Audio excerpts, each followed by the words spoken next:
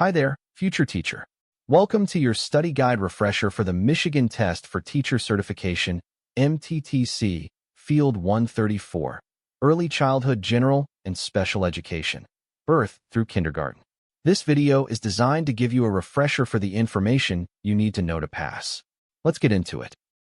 Before we dive in, we put together a free study guide workbook that goes along with this video. It has all the key terms, practice questions, and space for your own notes. Grab your free copy from the link in the description. This video is presented by TeacherPreps.com.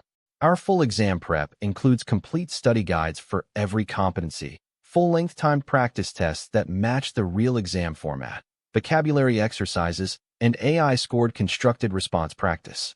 It's free to get started. Just head to TeacherPreps.com. All right, that was our plug. For the rest of this video, it's go time. Grab your pen and paper. Let's start with the exam format. The MTTC 134 is a computer-based test with 150 multiple-choice questions. You have 3 hours and 45 minutes of actual test time, plus a 15-minute tutorial at the beginning. That works out to about 90 seconds per question. That's a comfortable pace, but you still want to practice managing your time so you don't get stuck on any one question. The exam is divided into 5 subareas, and here's what makes this test unique. Each subarea is weighted equally at 20%. Subarea I is Foundations of Early Childhood Education. Subarea II is Whole Child Development. Subarea III is Special Education and Support for All Children and Families. Subarea IV is Infant and Toddler Content and Pedagogy. And Subarea V is Literacy, Mathematics, Science, and Social Development for ages 3 through 6. In this video, we'll deep dive into Subareas I and II, covering the foundations and whole child development. Let's start with Subarea I, Foundations of Early Childhood Education. This subarea is 20% of your exam and covers 5 key areas: teaching and learning, observation and assessment, culturally responsive education, relationships and guidance, and professionalism. Think of this subarea as the bedrock everything else is built on. Teaching and learning in early childhood centers on supporting the whole child. On test day, you need to know that effective early childhood instruction is play-based, developmentally appropriate, and aligned with standards. The learning environment should be physically safe, emotionally supportive, and provide appropriate supervision. Jot this down. When you see a question about designing instruction for young children, look for answers that prioritize meaningful play experiences, positive relationships, and evidence-based practices. Effective teachers create inclusive environments with instructional accommodations, facilitate peer relationships, and promote appreciation for diversity. They also incorporate visual and performing arts, movement, and physical activities into daily learning. Assessment in early childhood looks very different from testing in older grades. The key methods are systematic observation, documentation, screening tools, and play-based assessment embedded in daily routines. Here's what matters for your exam. Formative assessment happens continuously during instruction and guides your teaching decisions. Summative assessment evaluates learning at the end of a unit or period. Screening tools identify children who may need additional support or referrals. And health appraisals provide important developmental information. When you see assessment questions, look for answers that emphasize collaboration with families, using assessment data to inform instruction, and partnering with families to discuss developmental outcomes. Culturally responsive education is about modeling respect for the complex characteristics of individual children, families, and communities. On test day, remember these key principles. First, design equitable learning opportunities that are mindful of gender, ability, age, ethnicity, language, and family structure. Second, create inclusive environments that celebrate all cultures continuously, not just during Heritage Months. Third, use person-first language, such as saying a child with a disability rather than a disabled child. Fourth, recognize the effects of implicit bias. An effective early childhood teacher reflects on their own cultural biases and uses culturally and linguistically responsive teaching and assessment strategies. Positive relationships and supportive interactions form the foundation of effective teaching. This is a big one for the exam. Effective teachers use intentional, evidence-based strategies to develop positive relationships with children. They teach prosocial behaviors and social-emotional skills explicitly. They implement classroom management strategies that support intrinsic motivation. And they use guidance and problem-solving techniques rather than punitive approaches. When you see questions about challenging behavior, look for answers that involve teaching replacement behaviors, using evidence-based supports, and planning for children who have experienced trauma or stress. Professionalism covers your ethical responsibilities as an early childhood educator. Know the Michigan Code of Educational Ethics. You need to be able to identify signs of distress, abuse, and neglect, and understand your legal obligation as a mandated reporter. Professional educators engage in ongoing learning, use reflective practices, and understand how public policy impacts children and families. If you see a question about a teacher noticing signs of possible abuse, the correct answer will involve following proper reporting procedures, not investigating independently. Let's do a practice question for Subarea I. A preschool teacher notices that several families in the classroom speak languages other than English at home. The teacher wants to create a more culturally responsive classroom environment. Which approach would be most effective? A. Displaying a world map and asking children to identify their family's country of origin during a one-time activity. B. Incorporating books, songs, and materials that reflect the languages and cultures of all families throughout the year. C. Sending home a survey asking parents to share recipes from their culture for a multicultural food day. D. Creating a bulletin board featuring famous people from different cultural backgrounds. Take a moment to think about your answer. The correct answer is B.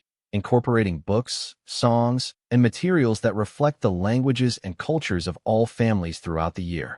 This is the best answer because culturally responsive education means celebrating all cultures continuously, not through one-time events or isolated activities. Options A, C, and D are all single-event approaches, which is a key test-taking clue.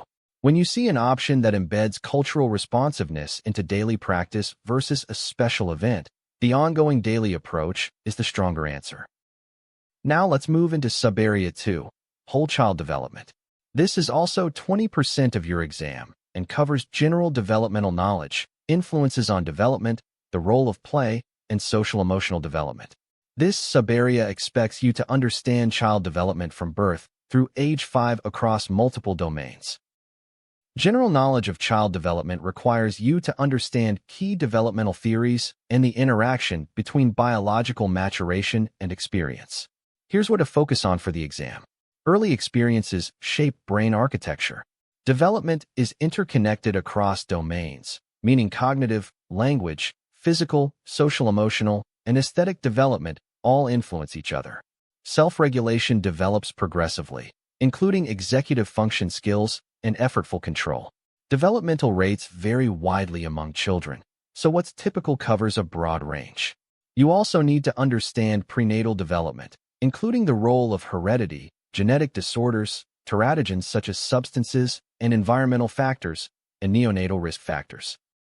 Influences on development is one of the most content-heavy objectives. You need to know common learning challenges and disabilities, including speech-language impairment, cognitive impairment, learning disabilities, autism spectrum disorder, physical disabilities, visual impairment, deaf and hard of hearing, and emotional impairment. For each of these, know what appropriate response strategies look like. Beyond disabilities, understand that parenting styles and adult interactions significantly impact development. Secure attachment relationships are critical for healthy development. Environmental risk factors include income disparity, trauma, health, and nutrition. And here's a key term: adverse childhood experiences, or ACEs. Know the difference between trauma, toxic stress, and ACEs, and understand the protective factors that build resilience in children. Play is the primary avenue for children's learning, and the exam takes this very seriously. You need to know the different types of play: imitative play and social referencing in infants, and then solitary, parallel, social, cooperative, onlooker, fantasy, physical, and constructive play. On test day, if a question asks about the most appropriate way to support learning, look for answers that involve play-based experiences. Effective teachers provide daily open-ended, self-selected play with adequate uninterrupted time. They interact during play to scaffold children's thinking without taking over. And they understand that play supports emergent language, executive functioning, mathematics, scientific thinking, social competence, and emotional intelligence. Social-emotional development is emphasized throughout this exam as critical for learning. Know what typical social-emotional development looks like at different stages of early childhood. Effective teachers scaffold prosocial behavior and teach children nonviolent approaches to conflict resolution. They provide genuine choices to support autonomy. They build warm relationships through warmth and affection, sitting in close proximity, making eye contact, and matching their tone of voice and enthusiasm to each child. They support behavior regulation through environmental cues, consistent routines, and verbally labeling children's behavior objectively. Jot this down. If you see a question about supporting a child who is having difficulty with emotions, the best answer will involve acknowledging the child's feelings, helping them label their emotions, and teaching specific strategies for regulation. Practice question for Subarea II. A toddler teacher observes that two children are playing side by side at the sand table. Each child is scooping and pouring sand independently without interacting with one another. The teacher recognizes this as which type of play? A. Cooperative play, where children work toward a shared goal. B. Parallel play, where children play near each other with similar materials but independently. C. Onlooker play, where a child watches others play without participating. D. Associative play, where children share materials and talk but have separate goals. Take a moment to think about it. The correct answer is B. Parallel play. In parallel play, children play near each other and may use similar materials, but they are not directly interacting or working toward a shared goal. This is developmentally typical for toddlers. Option A, cooperative play, involves working together toward a common objective, which develops later. Option C, onlooker play, involves watching without participating, but these children are actively engaged. Option D, associative play, involves some interaction and sharing, which isn't happening here. Understanding the developmental progression of play types is key for this exam. Great work covering Subareas I and II, Foundations of Early Childhood Education and Whole Child Development. But here's the thing, those two subareas make up only 40% of your exam. You still need to master Subarea III, Special Education and Support, worth 20%, Subarea IV, Infant and Toddler Content and Pedagogy, worth another 20%, and Subarea V, Literacy, Mathematics, Science, and Social Development, which is the final 20%. That's 60% of your exam score that we haven't covered yet. The complete study guide covering all 5 subareas, plus full-length timed practice tests, is available right now at TeacherPreps.com. Link in the description.